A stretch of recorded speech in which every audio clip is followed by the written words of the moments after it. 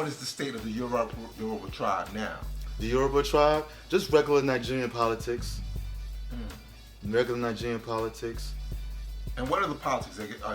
Do the tribes get along? Like you got the Yoruba, and then what are the other Igbo. We was at war with the Igbo, years ago. Years ago, we was at war with the Igbos over land. Do you know the history of that war? Not too much. Okay. Not too much, but I got some friends with Igbos. We don't trip. I mean, at that time, it was like Crips and Bloods. It was crazy. And what year were they fighting? Ooh, I don't know. I mean, do you know if it's an extensive history? What do you mean? The war is the war extensive? Like was it happening for like centuries or was it? Nah, it wasn't. No, I don't think centuries. No, I don't think centuries. It was years. Okay, so you're not really familiar like the depth history of like Yoruba, the Igbos, and not too much. What are the other two? The Benins, the houses. The Benins, the houses, right? And you said the Benins are those that are like rich, they're more wealthy. No, I say they got their own country. They got their own country. Okay. It's been said that the Yoruba is derived from the Benins. I don't know. It's kind of like.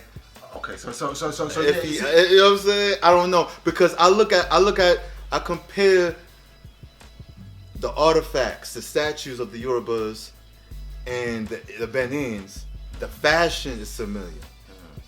You know what I mean? It seemed like one group came from another group. Okay, right. But it also been said that they was trading amongst each other, the Benins and the Yorubas. You know.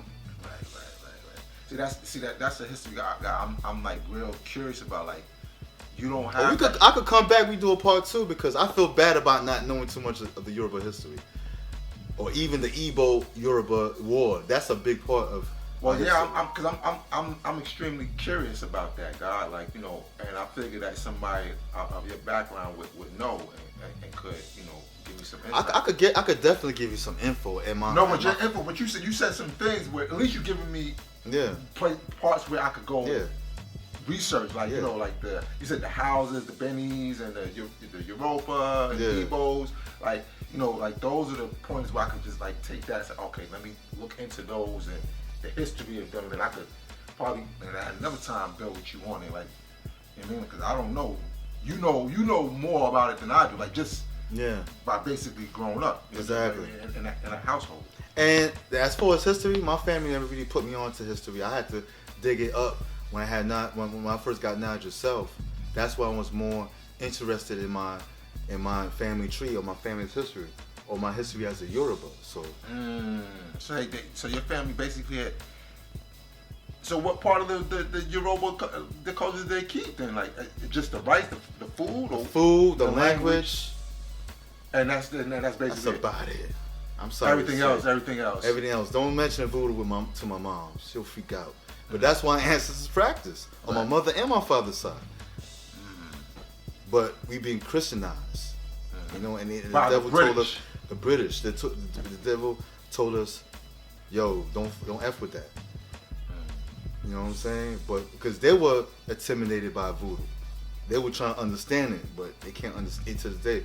They don't understand it. To this day, they don't understand it. You know what I mean? But they do, but the devil's world do a little type of, they do voodoo, because voodoo is manipulating energy.